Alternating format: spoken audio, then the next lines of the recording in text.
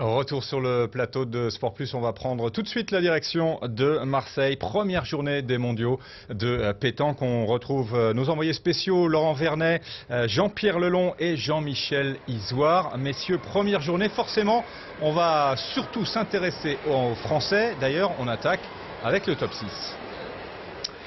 Eh oui, Patrice, effectivement, ici avec le Thaïlandais Sarawut Sriphonpeng. La Thaïlande qui, elle, évolue dans un groupe avec les Bermudes, le Maroc et le Sénégal, avec François Ndiaye qui, donc, lui, est juste à côté. La Bulgarie, l'Allemagne, la Russie et l'Italie. Un sacré candidat avec ce jeune Thaïlandais que l'on avait découvert à travers les Masters il y a 2 ans. En effet, et c'est un petit peu la surprise, puisqu'en général, on savait que c'était Puk Saad qui avait remporté 2 titres de champion du monde de tir de précision qui faisait cet exercice, mais on a changé cette année. On a mis Sarawut. On sait que les joueurs thaïlandais s'entraînent énormément. Ils ont des séances quotidiennes sur le tir de précision. C'est une de leurs particularités, c'est qu'ils s'entraînent énormément au tir. Donc ça va être un client sérieux, puisqu'il a déjà frappé ses 3 premières boules. Alors on explique, 5 ateliers, 5 figures.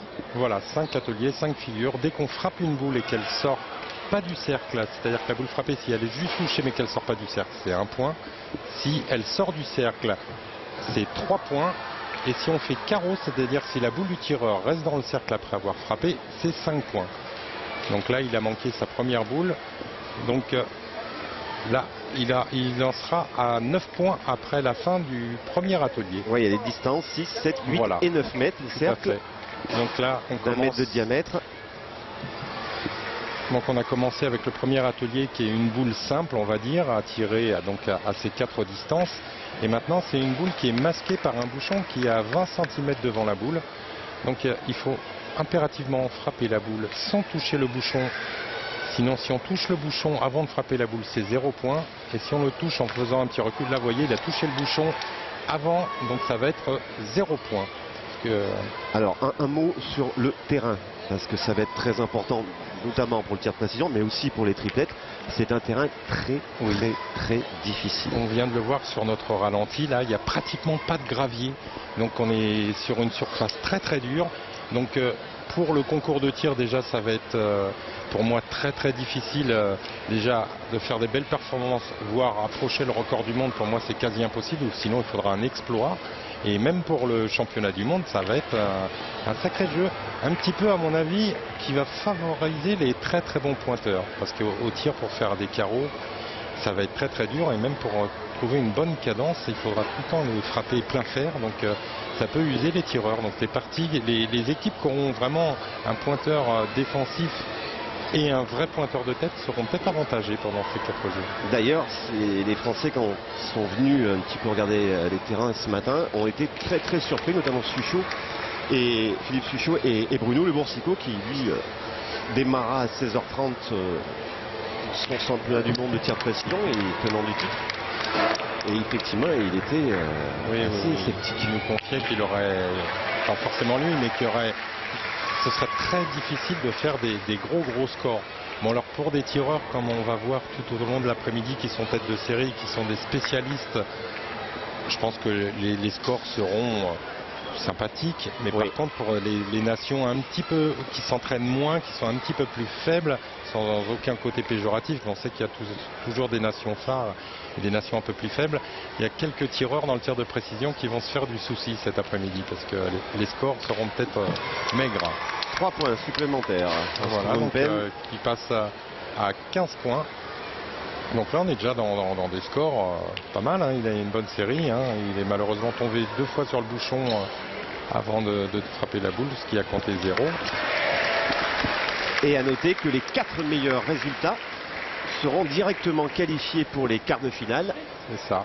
Et les 16 autres batailleront on prendra ensuite, bon, les 4 premiers vont être qualifiés directement pour les quarts de finale. Ensuite on en qualifie 16 autres. Et là il y aura à nouveau un concours de tir et on en gardera 4 sur les 16 pour rejoindre les 4 premiers pour arriver au stade des quarts de finale. Et vous avez vu les stats, 5 sur 8 pour réussir. Oui, donc, alors voilà le troisième atelier voilà, avec une boule blanche à sortir ça. entre deux boules noires. Voilà, et il faut sortir la boule blanche seule pour marquer 3 points. Si on touche une des boules noires en premier et qu'après on touche la boule blanche, c'est 0 point. Et si on touche une boule noire après avoir touché la boule blanche, ce sera 1 point. Allez, forte concentration, un geste, tout en souplesse. Ouais, il est un petit peu court, vous voyez que ça ramasse pas Laurent, hein, parce que, regardez, il était droit. Donc il avait réussi, parce qu'il faut être bien droit dans cet atelier pour pas toucher les boules noires ensuite. Et puis Philippe Suchot nous avait dit ce matin, sur des terrains comme ça, il faudra vraiment 2 gros pointeurs. Oui. Alors ça nous inquiète un petit peu ce que nous dit Philippe, puisqu'on sait qu'on a quand même avec une cette équipe de France très offensive. Voilà. Donc écoutez, on verra. Hein, on les a quittés cet été sur des grandes performances, en espérant qu'ils soient toujours au même niveau. Alors vous avez parlé tout à l'heure. Voilà, vous voyez là, aucune des boules noires a bougé, donc c'est 3 points. Donc il y a les 3 arbitres là, attentifs. Oui, on a un arbitre qui surveille les pieds. Voilà. Et on a 2 arbitres qui sont autour du cercle pour voir si aucune boule est touchée, surtout dans cet atelier-là où c'est... Alors effectivement, vous parliez de record, à moins d'une superbe surprise, mais bon, je pense que le record de Christophe Sévillat à 67 points risque pas d'être battu. Ou alors pas pendant ces 4 jours. Je pense pas, mais sinon il va falloir un tireur qui soit vraiment... Là vous voyez, il a fait carreau, mais malheureusement la boule noire a bougé, donc il n'aura qu'un point, malgré qu'il ait fait carreau. Parce qu'il faut impérativement que les boules noires ne bougent pas du tout. C'est pour ça que je vous disais, Laurent, que c'est spectaculaire, mais qu'il faut une précision vraiment chirurgicale pratiquement, parce que là vous voyez il a fait carreau, mais ça compte qu'un point.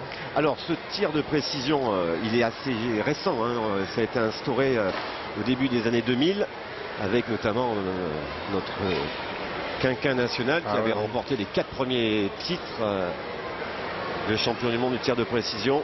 Et puis après, vous l'aviez dit en plateau, pendant pas mal d'années on est passé à côté de cet exercice. Et pourtant, jusqu'en 2010. On a eu des bons tireurs, puisqu'on a eu Philippe Suchot qui l'a fait, Pascal Muley qui l'ont fait. Ils n'ont jamais réussi à s'imposer dans cette discipline qui est assez spéciale. Et jusqu'à Bruno Le Boursicot, donc qui s'est imposé il y a 2 ans. C'était un peu spécial. Tout le monde dit que Bruno Le Boursicot n'a pas le tir pour faire le tir de précision, parce qu'on sait qu'il tire assez tendu, alors qu'il faut un tir un petit peu plus souple. Mais bon, il a glané ce titre. Regardez, on en a 8 sur 12. Troisième atelier. Voilà, 8 sur 12. Donc le troisième atelier, c'est ce qu'on appelle la boule à la sautée. Vous voyez, il faut... C'est le quatrième atelier, pardon, la boule à la sautée. Donc il faut impérativement frapper la boule blanche sans toucher la boule noire avant, parce que sinon ce serait 0 point.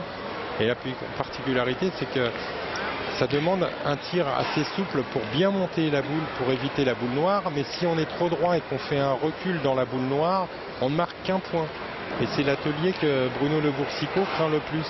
Il me dit toujours, moi avec mon tir tendu, il faut que, simplement je cherche à pas perdre de points dans cet atelier. Et c'est généralement celui-là où on fait la différence. C'est ça. Donc c'est là qu'il faut bien réussir les ateliers d'avant. Sarraout, Sribonpen. Oui, superbe. 3 points, il était même pas loin du 5 points, vous voyez, il s'est arrêté sur le tapis. Donc c'est 3 points. Et si on arrive à faire... Alors ça, c'est des exercices qu'on peut vous proposer pour vous entraîner. Conseiller pour les tireurs, ça demande une grande précision. Regardez, il est quand même à 25 points. Hein, et il reste encore un atelier. Oui, le bouchon. Où on peut gagner pas mal de points aussi. Avec le bouchon, ça va être difficile, hein, parce que sur un terrain comme ça. Ah oui, il va falloir frapper plein bois, comme on dit. À 7 mètres. Banquier. Il est pas droit. Vous voyez, les joueurs vraiment pensent qu'une seule chose, c'est de ne pas tomber sur la boule noire en premier. Et en plus, il ne faut pas être trop droit parce que si on fait ce petit recul là, on peut marquer qu'un point. Donc, Alors, donc nous suivons pour le moment la Thaïlande. Après, nous aurons là aussi un sacré candidat et un spécialiste. avec le malgache Thierry Bézandri. On va dire l'invité de la dernière heure quasiment. Voilà, Parce qu'on ne surprise. pensait pas qu'il ferait partie de l'équipe de Madagascar.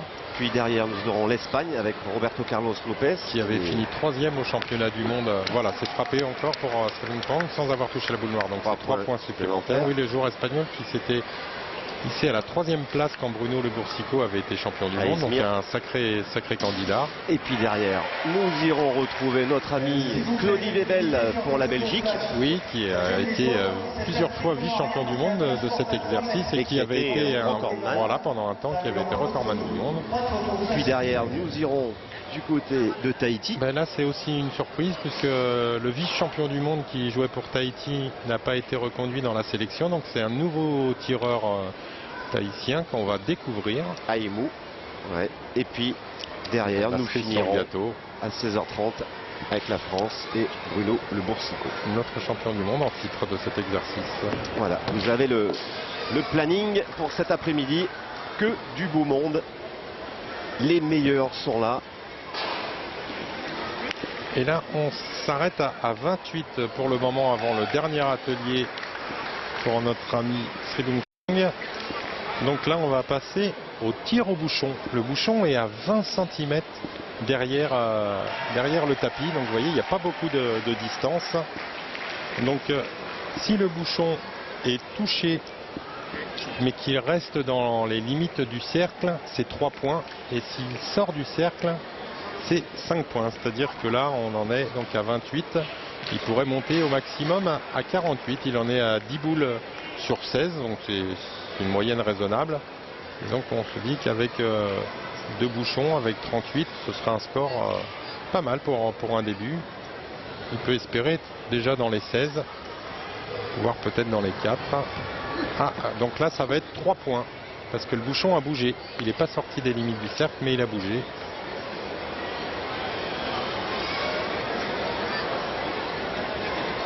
Et à 6 mètres, c'est pratiquement le bouchon. C'est paradoxal parce qu'on pense que c'est plus facile court, mais la première distance à 6 mètres, c'est vraiment presque le plus dur à faire. Et puis il est près du cercle. Ah bah oui, je suis 20 cm derrière. C'est dur de taper devant. Voilà, et on rappelle que si on tombe sur le tapis, c'est considéré comme annulé. Il faut vraiment que la boule tirée tombe dans les limites du cercle. Allez, 31 points. Ce qui pour le moment fait figure d'une bonne performance. Non, c'est 48 qu'il pouvait faire, oui, 28 et là c'est touché. Ouais, mais je suis pas sûr qu'il ait bougé. Alors les deux arbitres se concertent parce que est-ce les gravillons qui l'ont fait vaciller? Vous voyez, on voit la discussion entre nos deux arbitres internationaux. J'ai pas l'impression qu'il est. Si, normalement ça doit être 3 points, je pense. Hein. On va voir la. Ah bah non, vous voyez. On estime côté arbitrage que c'est les gravillons qui ont fait avancer le bouchon. Il n'a pas fait le quart de tour nécessaire pour être comptabilisé. Il faut vite se reconcentrer. Oui, il ne faut pas rester sur cet échec. Vous voyez, on voit le coach. C'est un partenaire. Oui, qui l'aide là. Bon, c'est vrai qu'on le voit bouger, mais nos arbitres sont mieux placés pour voir s'il a fait le tour réglementaire. Alors, ils ont 20 minutes. Hein. C'est ça, dès qu'on rentre sur le pas de tir, on a 20 minutes. Pour faire les 5 exercices. Voilà, c'est-à-dire qu'on est dans le style du règlement, c'est qu'on a 1 minute par boule. Puisqu'on a 20 boules à tirer.